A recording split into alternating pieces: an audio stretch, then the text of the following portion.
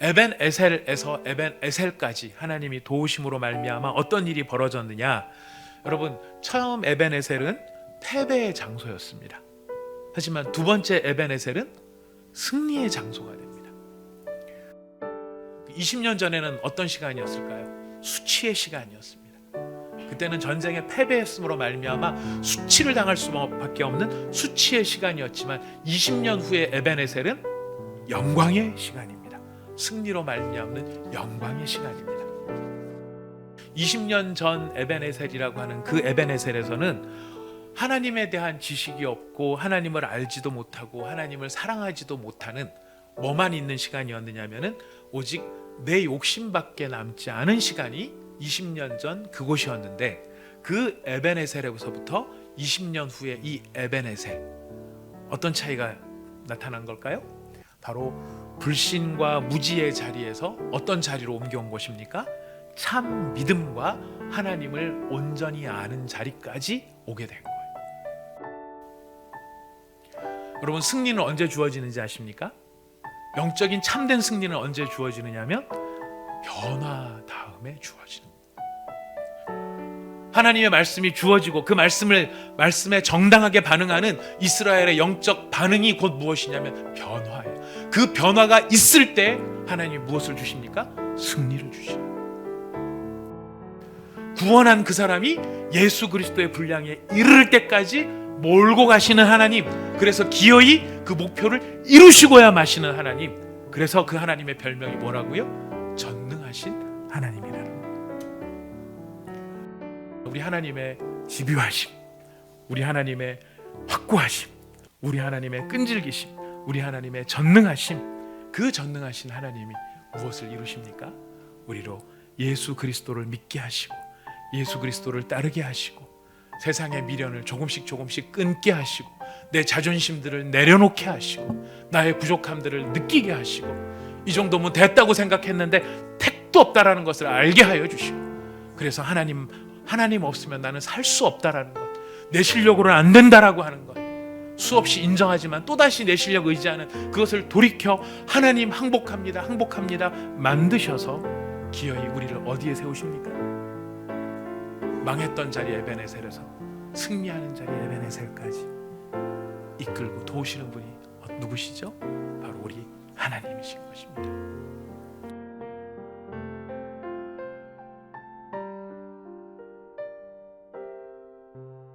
우리는 지난 두 번의 주일 예배를 통하여 우리 하나님께서 우리에게 주시는 본문의 말씀을 묵상하고 상고하고 그 말씀을 받았습니다.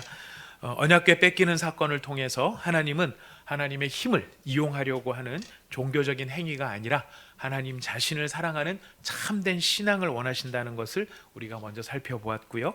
그 다음에 다급하고 처절한 상황임에도 불구하고 온전한 번제를 드린다는 것이 참된 신앙의 표현이 될 수 있다는 것을 우리가 지난주에 살펴보았습니다.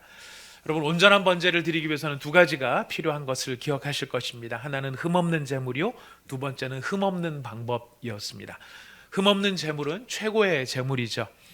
쓰고 남는 것, 버릴 것, 줘도 아깝지 않은 것, 이런 것을 하나님께 드리는 것이 아니라 최상의 것, 그 가운데서 최고의 것을 구별하여 하나님께 드리는 것, 이게 흠없는 제물이었고요.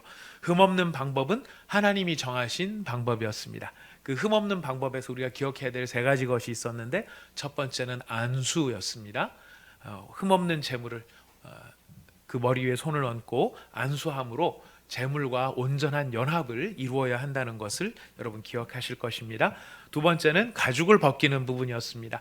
하나님 앞에 드려지는 자는, 하나님을 향하여 나가는 자는 하나님 앞에서 나의 자랑과 나의 장식과 나의 위선을 다 벗어버려야 한다라고 하는 것을 우리에게 가르쳐 주셨습니다. 그리고 번제가 갖는 가장 중요한 의미는 완전히 태움에 있다라고 말씀을 드렸습니다. 하나님을 향해 남김없이 태워 올려드리는 최고의 헌신, 이것이 바로 번제였었습니다. 우리가 이 사무엘이 이 상황 속에서 온전한 번제를 드렸다는 것을 기억하면서 우리에게 주신 도전이 있었습니다. 대충 빨리 얼른 해치워버리는 그런 것이 예배가 될 수 없다라는 것을 생각했습니다. 우리의 최고의 마음을 담아서 최고의 정성을 들여서 드리는 것이 바로 예배인 것을 우리는 기억할 수 있었습니다. 내가 원하는 결과를 얻어내기 위해서 어떤 형식을 갖추어 드리는 것이 아니라 그 과정 하나하나에 하나님을 향한 최선의 마음을 담아낼 수 있는 기회가 되는 것이 바로 번제의 과정이었습니다. 자, 이렇게 우리가 온전한 예배에 대해서, 온전한 번제에 대해서 지난주에 생각을 했는데요. 여러분, 이렇게 온전한 번제를 드린다는 것이 굉장히 중요한 의미를 담아냅니다. 어떤 면에서의 중요한 의미가 담기느냐면, 온전한 번제를 드림으로 무엇이 회복이 되느냐면은 이스라엘 백성과 하나님의 관계가 최상의 관계가 되었다라는 것을 의미합니다. 최상의 관계가 되었다는 것은 무슨 뜻이냐면은 그 어떤 것도 하나님과 이스라엘 백성 사이에 끼어들지 못했다라는 것이에요. 최상의 관계라는 것은 두 관계는 보통 당사자 둘이 있지 않습니까? 두 당사자 사이에 다른 어떤 것도 끼지 않는 거예요. 그래서 하나님은 이스라엘만을 바라보시고 이스라엘은 하나님만을 바라보는, 심지어는 이 완전한 밀착관계, 최상의 관계라는 것이 블레셋 군사가 바로 눈앞에까지 쳐들어온 상황임에도 불구하고 이들은 번제 드리는 것을 중지하지 않았고 멈추지 않았고 그 번제에 집중하고 있었다는 것을 우리는 살펴볼 수 있습니다. 바로 이스라엘 백성들은 정말 이스라엘 역사 가운데 보기 드물게 바로 이렇게 하나님과 이스라엘 백성의 최상의 관계를 지금 이 상황에서 이루고 있는 것이죠. 하나님과 이스라엘 백성들이 최상의 관계로 서로만을 바라보고 있는데 무언가 방해하려는 세력이 그 가운데 끼어 들어오려고 했을 때 하나님이 어떻게 하십니까? 그 방해하려고 하는 것들을 하나님이 박살을 내버리시죠. 자, 우리 뒤에 부분을 읽어보겠습니다. 그날에 여호와께서 블레셋 사람에게 큰 우레를 발하여 그들을 어지럽게 하시니 그들이 이스라엘 앞에 패한지라. 그들이 이스라엘 앞에 패한지라. 어쩌면은 이대로 제사 드리다가 우리가 죽는 거겠구나, 예배 드리다가 우리가 죽고 끝나는 거겠구나, 이런 다급함이 있었을지 모르지만 하나님만을 바라보는 하나님의 백성들을 하나님은 결코 그냥 내버려 두시지 않으시죠. 하나님께서 그를 지키시고 보호하십니다. 사랑하는 믿음의 형제자매 여러분, 여러분께 서론 부분부터 말씀의 적용으로 여러분께 말씀을 드립니다. 여러분과 하나님 사이에 다른 것이 끼지 않기를 축복합니다. 여러분과 하나님 사이에 오직 하나님은 여러분을 바라보시고 여러분은 하나님만을 바라보는 바로 온전한 최상의 관계, 그 관계를 누리시는 저와 여러분이 꼭 되실 수 있기를 바라겠습니다.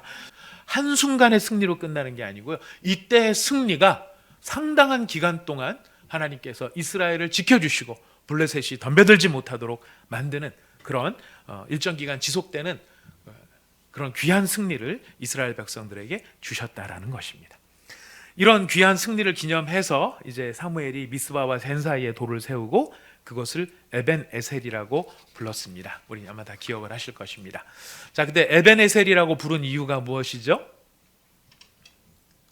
본문 말씀 여러분 12절에 읽어보니까요, 에벤에셀이라고 부른 이유는 여호와께서 여기까지 우리를 도우셨다라는 거예요. 어디까지? 여기까지. 여러분, 지금 이 사무엘이 지금 전쟁에서 승리한 다음에 기념비를 세우고 그곳의 이름을 뭐라고 붙였죠? 에벤에셀이라고 붙였습니다. 원래는 그 지역이 그 지명이 아니었고요, 에벤에셀도 이 땅이 아니었습니다. 원래는 다른 곳이 에벤에셀이었습니다. 그런데 왜 사무엘은 굳이 그곳을 에벤에셀이라고 하는 말로 이름의 지명을 붙였을까요? 에벤에셀에서 에벤에셀까지 하나님이 도우심으로 말미암아 어떤 일이 벌어졌느냐? 여러분, 처음 에벤에셀은 패배의 장소였습니다. 하지만 두 번째 에벤에셀은 승리의 장소가 됩니다. 20년 전에는 어떤 시간이었을까요? 수치의 시간이었습니다. 그때는 전쟁에 패배했음으로 말미암아 수치를 당할 수밖에 없는 수치의 시간이었지만 20년 후에 에벤에셀은 영광의 시간입니다. 승리로 말미암는 영광의 시간입니다.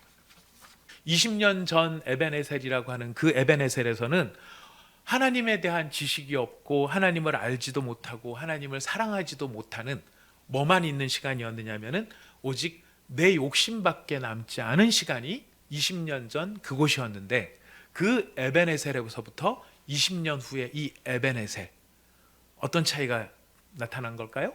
바로 불신과 무지의 자리에서 어떤 자리로 옮겨온 것입니까?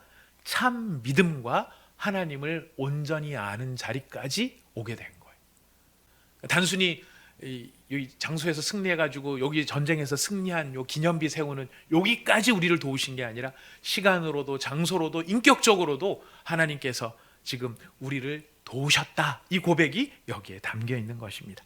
자, 여기까지 도우셨다. 자, 이런 결과, 너무나 영광스러운 이런 결과를 얻을 수 있도록 누가 다 인도하셨다는 말일까요? 하나님께서 인도하셨다는 말입니다. 우리를 도우셨다라는 그 말. 20년 후에 에벤에셀, 여기에서 하나님이 승리와 영광을 얻을 수 있도록 우레를 내리시고 이스라엘을 혼란시킨 것만이 하나님이 도우신 전부였을까요? 아닙니다. 하나님의 도우심의 시작은 사실 20년 전 바로 그 비극의 현장 에벤에셀에서부터 하나님이 이스라엘을 돕고 계셨어요. 자, 여러분, 언약궤를 빼앗겼다는 것은 이스라엘 입장에서는 하나님을 잃어버린 것이고요. 블레셋의 입장에서 보면 어떻게 되는 걸까요? 언약궤를 뺏어왔다는 것은 누구를 잡아온 거죠? 하나님을 잡아온 거죠. 블레셋 입장에서는요, 하나님을 잡아온 거예요. 포로처럼 데리고 온 거예요. 마치 알라딘의 마술램프를 누군가 빼앗아 온 것처럼 그렇게 빼앗은 거예요. 그러니까 블레셋 사람들의 그 신앙관, 종교관에서는 뭐를 지금 생각을 합니까? 아, 바다도 가르고 사막에 강을 낼 수도 있었고 광야에서 만나를 내릴 수도 있었던 엄청난 능력을 가진 신을 우리가 잡아왔다. 이렇게 느끼는 거예요. 그러니 이제 우리들이 얼마나 큰 힘을 발휘하겠나. 언약궤를 가지고 왔고 신이 여기에 거하는데 이 신을 우리가 꼼짝 못하게 체포해 왔으니 이제부터 이 신을 우리를 위해 싸우게 하자. 이런 마음이 블레셋 가운데 있었던 것입니다. 자, 그러니 이 무지한 인간들의 이런 생각 속에 하나님의 입장에서는 마치 하나님이 포로로 잡혀간 것 같고, 이 포로로 잡혀갔다는 것은 무능한 존재이고 결국은 보잘것없는 존재이고, 하나님을 믿는다라고 하는 것이 뜬구름 잡는 이야기 같고, 하나님을 믿는 신앙이라는 게 허황된 이야기 같고, 하나님을 아무리 믿어도 그게 헛것인 것 같은 그런 존재처럼 여겨지는 수모를 당하고 수치를 당합니다. 누가요? 이스라엘이? 아니요, 하나님이 수치를 당하시는 거예요. 이스라엘 백성은 그런 점에서 하나님의 은혜로 말미암아 언약궤를 돌려받아요. 근데 문제는 그 언약궤를 어떻게 해야 될지를 모르는 거예요. 다른 말로 말하면 하나님을 어떻게 경외해야 될지를 몰라요. 오늘 우리가 창세기 사무엘 7장까지 오기 전에 중간에 있는 내용들을 지금 압축해서 말씀을 드린 겁니다. 하나님을 어떻게 경외할 줄 모르니까 이 사람들 호기심으로 하나님을 대해요. 그래서 언약궤를 함부로 열어보다가 수만 명이 죽어요. 이스라엘 백성이. 은혜는 받았는데 그 받은 은혜를 그 받은 은혜에 어떻게 반응해야 될지를 모르니까 은혜로 받은 그것이 오히려 이스라엘에게는 진노가 되는 비극이 벌어졌던 것을 보게 됩니다. 자, 이걸 보면은 이스라엘의 궁극적인 문제는 무엇입니까? 무지함이었어요. 무지함. 결국 무식했다라는 거예요. 뭐에 대한 무식함입니까? 하나님이 어떤 분인지를 모르고 하나님을 어떻게 경외해야 하는지를 모르고 하나님의 뜻이 무엇인지를 몰랐던 것. 이것이 이스라엘의 문제요. 오늘 우리 한국교회의 문제라는 것입니다. 은혜를 하나님이 주심에도 불구하고 하나님의 우리한테 무슨 좋은 조건이 있어서 우리한테 하나님 뭔가를 베푸신 게 아닌데 우리가 그 좋은 것을 받아 누림에도 불구하고 그 은혜를 베푸신 하나님께 어떻게 반응해야 될지를 모르니까 은혜를 받고 도리어 죄를 짓는, 은혜를 받고 도리어 망하게 되는 그런 일들이 우리 가운데 벌어질 수 있다는 것입니다. 뭘 몰라서일까요?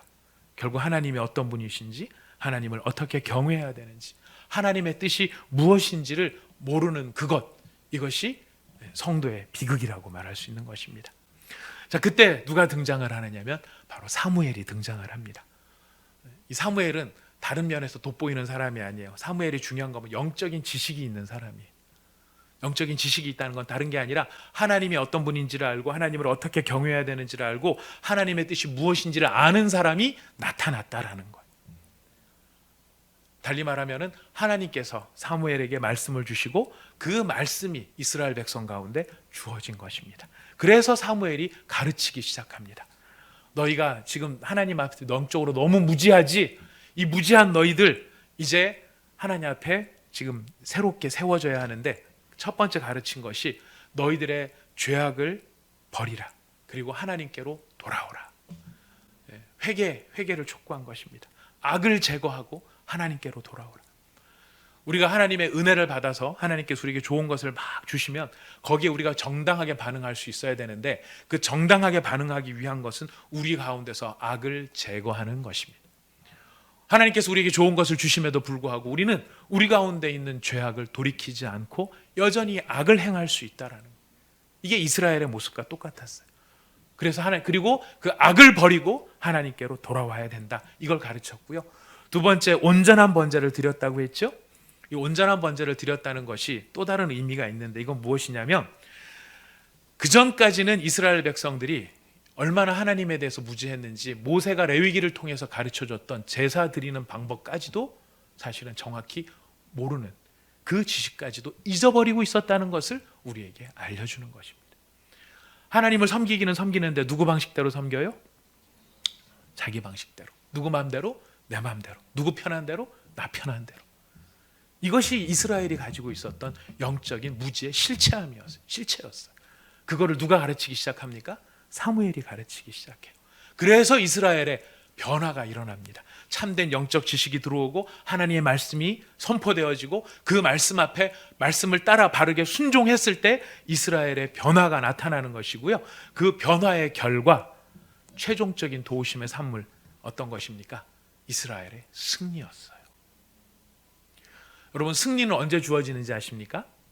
영적인 참된 승리는 언제 주어지느냐면 변화 다음에 주어지는, 하나님의 말씀이 주어지고 그 말씀에 정당하게 반응하는 이스라엘의 영적 반응이 곧 무엇이냐면 변화예요.